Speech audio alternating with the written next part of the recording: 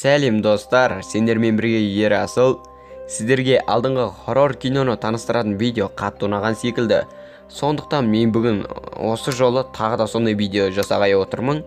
Бүгін біз таныстыратын кино Wrong Turn 2003. Орысша неправильный поворот. Ал қазақша қате жол дейміз ба, қате бұрылыс, теріс бұрылыс, білмеймін әйтеу. Не болса да осы мағынаны береді. Не болса да біз Wrong Turn деп айта берейік.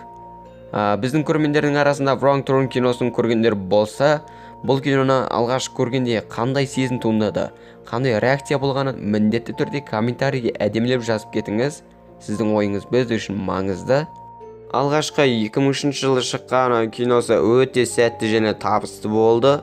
Содан болып 2003 пен 2014 арасында Wrong Turn киносының 6 бөлімі шықты. Бұл кино ең қорқыныштысы, не болмаса ең кереметі деп айтпаймын. Бірақ бір түні достарыңызбен бірге көруге тұрарлықтай қызықты кино. Киноның негізгі желісі бір топ адамдар орманда адасып қалады, және олар адам етін жейтін қаншерлерге кездесіп қалады. Осылай қызықты оқиға басталады. Ал біз бүгін сол 2003 жылғы алғашқы бөлімін айтатын боламыз. Шайларыңызды дайындап, жақындарыңызды жинап, жайғасып видеоны көруге дайындалыңыздар. Ал біз видеоны бастаймыз.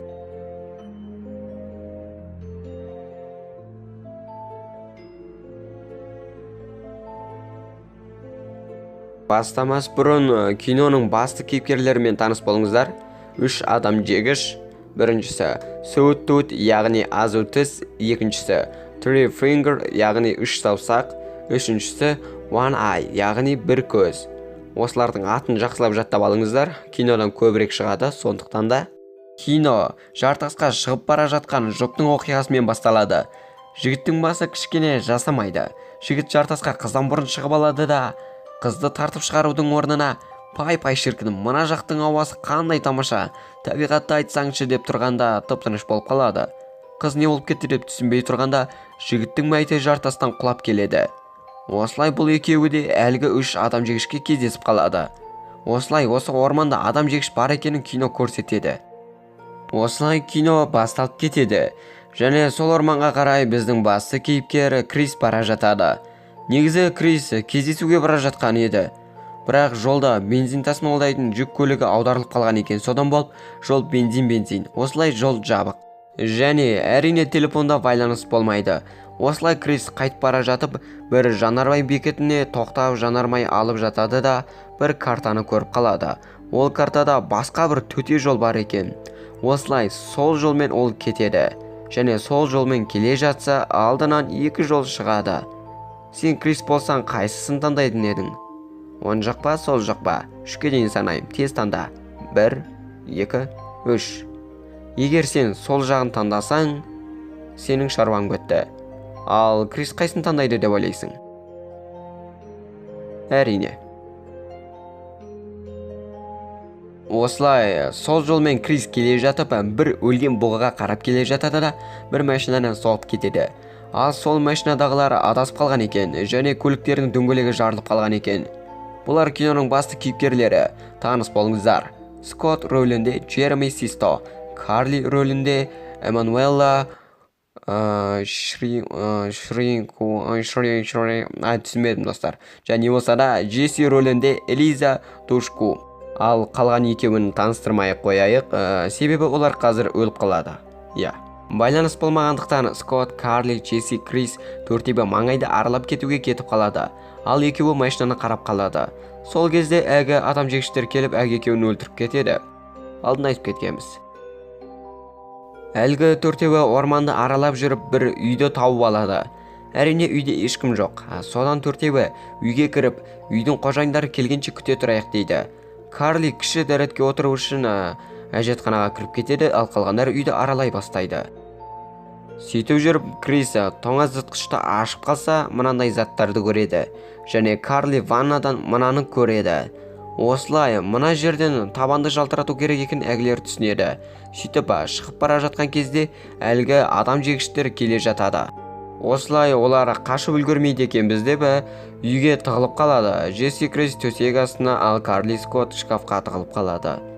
Әлгі үшеуі үйге 2 мәйітті алып келеді. Ол мәйіттері бағана машинаның жанында қарап қалған екеу екен. Осылай әлгілері үшеуі жақсылап отырып түстеніп тойып алады. Осылай тойған адамдар ұйықтай кетеді. Сол кезде әлгілер осы сәтті пайдаланайық деп төртеуі тұрып ақырын қашып бара жатқан кезде азу тіс оянып кетеді. Сол кезде барлығы бар жылдамдығымен үйдің жанындағы тауға жүгіріп шығады. Ал қанішер үшеуі оларды қумай көлікпен басқа жаққа қарай кетіп қалады. Әлгі төртеуі жүгіріп келе жатса, алдынан өте көп көліктер шығады. Сөйтсек, бұлар азық болған адамдардың көліктері екен. Сөйтіп жатқанда әлгі 3 адам жегіш көлікпен жетіп келеді. Әлгі үшеуі көліктен түсіп, көліктен алыстаған кезде біреуі олардың назарын аударып, қалғандары сол көлікке отырып қашу керек деп, Крис айғайлап, назарларын аударып қашып бара жатқан кезінде оның аяғынан атып тастайды. Жарақат алып қалған Крис, мені тастап кете беріңдер, қашыңдар деп басқаларға айтады. Бірақ сол кезде Скотт бәрін құтқару үшін: «Әй, үш ақымақ, бері қараңдаршы, топас, мен мұндамын» деп қаша жөнеледі. Сол кезде әлгі үшеуі Скотттың артынан қуа кетеді. Сол кезде Джесси, Карли, Крис көлікке отырып қаша жөнеледі. Скотт көлікке тайып келе жатқан кезінде 3 саусақ Скоттты атып өлтіреді. Содан әгілер амал жоқ ары қарай қаша береді. Келе жатса алдынан құлап қалған ағаш шығады, жол бітеліп қалыпты. Және көлік батпаққа тұрып қалады. Ақыры олар көліктен шығып қашады. Келе жатып қарауылдың мұнарасын көреді. Мұнараға шығып көмек сұрайын десе, байланыс болмай қалады. Ақыры сөйтіп жүріп дала қараңғы болып кетеді. Әлгі 3 адам жегіш дәл мұнараның жанынан өтіп бара жатқан кезде бағанадан бері байланыс болмаған аппарат қосылып кетеді. Әлгі үшеуі соны естіп қояды. Жоғарға шықпақшы болады. Сол кезде олар есікті бітеп тастайды.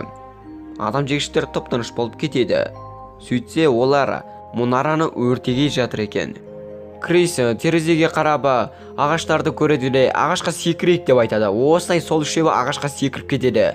Осылай олар 3 адам жегішпен мысық пен тышқан ойнайды. Ар ойнап жүріп, бер ойнап жүріп, Карли өліп қалады. 2 пысық адам қашып кетеді. Осылай екеуі бір сарқыраманың астындағы үңгірге бас сауғалайды. Екеуі әңгіме дүкен құрып, таныс болып, содан кейін сол үңгірге түнейді. Ертеңінде олар жол жүріп келе жатып асфальт жол көреді.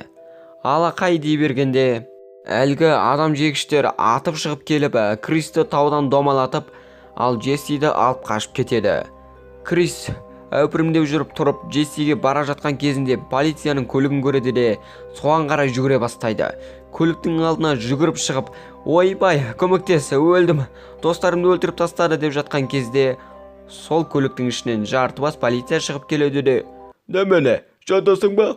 Машинаның астына түсіп өлгің келіп жүр ма? Іші балғансың ба?» деп мыңқылдап тұрған кезде ол өліп қалады. Крис көлікте жүргізейін десе кілт жоқ. Осылай ол көліктің астына тығылып қалады. Сол кезде адам жегіш келіп көлікте жүргізе бастайды. Крис көліктің астына жабысып алады. Адам жегіштер Джессидің аяғын қолын байлап, «Бісміллә» деп бауыздай бергенде Крис өрт қойып көлікпен үйге кіріп келеді. Осылай бақ-бақ, гыдыш-быдыш, тарс-тұрс төбелес басталады. Джессиді әйтеу осықтап жүріп құтқарып алады. Әлгі адам жегіштерді тіпті өлетін түр жоқ. Пышақталып қалған, балта үстіне кіріп жатыр, өртеніп қалған, күйіп қалған, бірақ әлі тірі. Сөйтіп жүріп Крис мылтық тауып алады да мылтықпен атып өлтіріп тастайын десе жалғыз оқ. Содан кейін Крис көлікке атып жарып жібереді.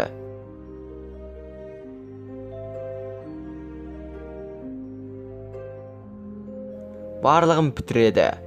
Барлығы бітті. Крис Джесси алғаш келген жанармай бекетіне келіп, төте жолды көрсетіп тұрған картаны жыртып тастайды. Осылай кино аяқталады. Осылай бәрі бітіп, өртенген үйді тексеріп жатқан полиция жүрген кезде 3 саусақ тірі қалып қойған екен. Осылай кино шынымен бітіп кетеді. Достар, осылай бүгінгі біздің кино аяқталып отыр. Бүгінгі видео ұнап жатса лайк басамыз және міндетті түрде арнаға тіркелуді ұмытпаңыз. Және өз ой-пікіріңізді міндетті түрде комментарийге қалдырып кетіңіз. Келесі жолы осындай видеоларды жалғастырайын ба? Хоррор кинолардан қандай кино білесіз, қандай хоррор киноны көргіңіз келеді? Соның бәрін комментарийге жаза беріңіздер. Ал енді келесі видеода жолыққанша аман сау болайық.